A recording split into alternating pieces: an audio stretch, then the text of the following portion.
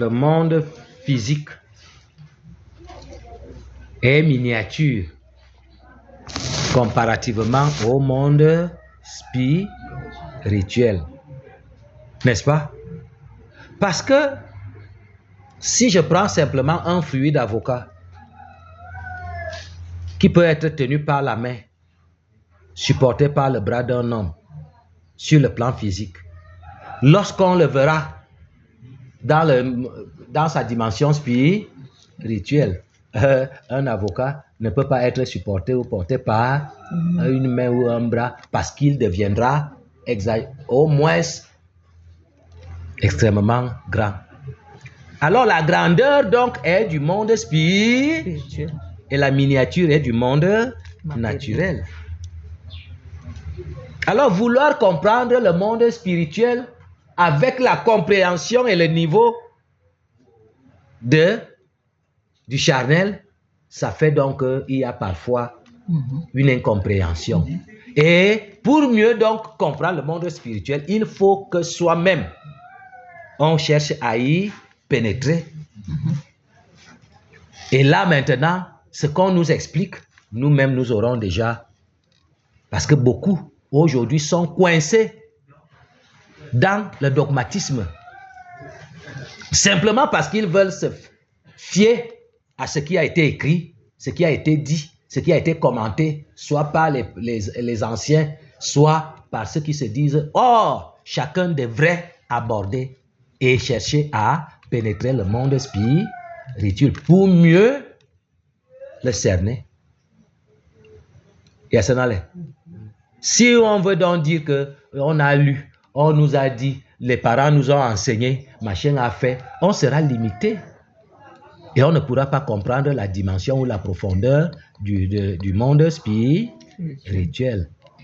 Et ce qui fait donc aujourd'hui, tout le monde n'est que calfeutré, coincé dans on nous a appris, on nous a dit, on a lu, et ainsi de suite. Et on veut réfléchir pour comprendre le monde spirituel avec la compréhension du monde naturel. Et on veut faire. Et dès qu'on veut faire des rapprochements et qu'on trouve que ça n'arrive donc pas à être compris, on se dit que le monde spirituel qu'on nous raconte là, c'est des histoires.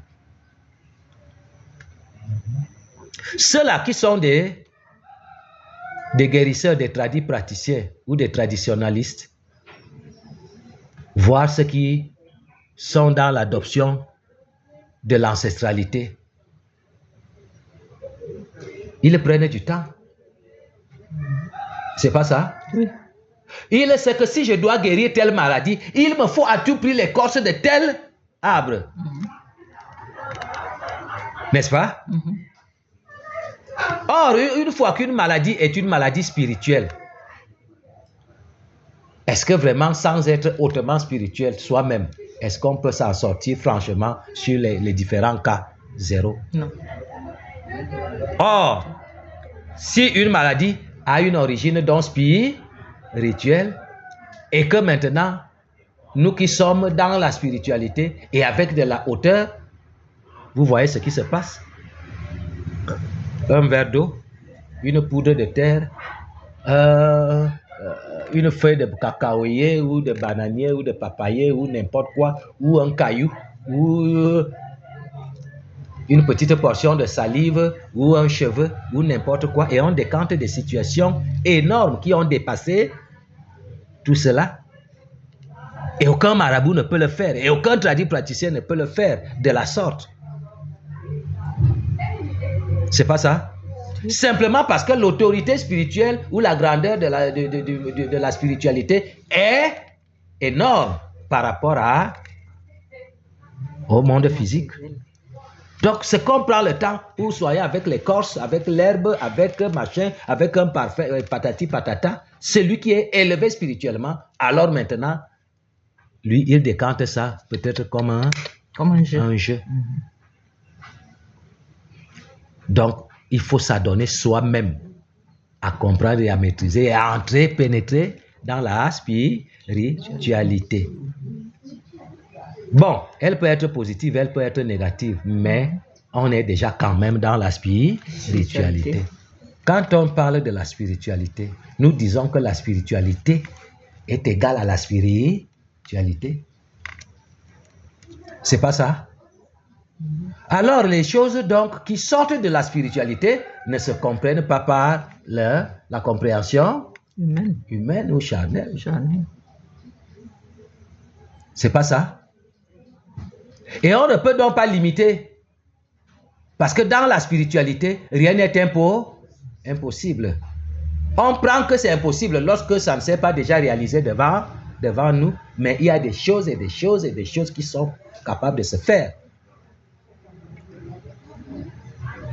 J'ai appris une histoire où dans les grands ravins du tronçon Bitam-Libreville, dans les grands ravins de Ndiolé, machin, patati, il y a un jeune monsieur qui était conducteur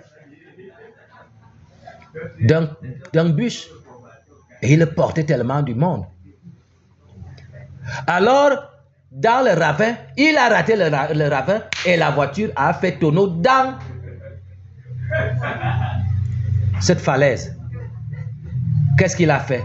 Il est sorti en vampire et il a avalé le car. Et arrivé en bas, au lieu que ce soit le car qui se brise, c'est plutôt lui qui s'est brisé. Et lorsqu'on a fait les efforts d'aller les récupérer en bas, personne n'a été endommagé.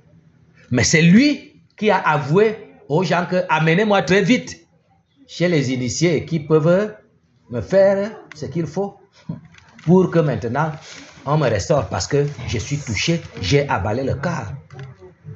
J'ai avalé le bus. Comment est-ce qu'on peut donc expliquer ça naturellement? Hein?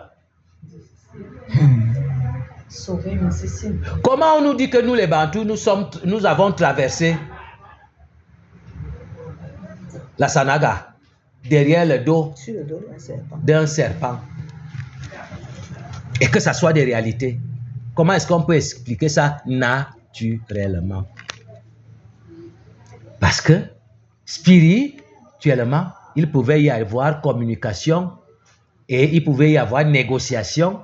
Jusqu'à aujourd'hui, il peut y avoir communication et négociation entre les êtres vivants qui sont sous l'autorité de l'homme et les humains. C'est pas ça. Alors, si les gens veulent douter, on leur posera la question, comment est-ce qu'on peut donc envoyer un serpent nous voler l'argent? Comment est-ce qu'on peut envoyer un hérisson aller nous racler l'arachide dans les champs des autres? Ainsi de suite. C'est spirituel.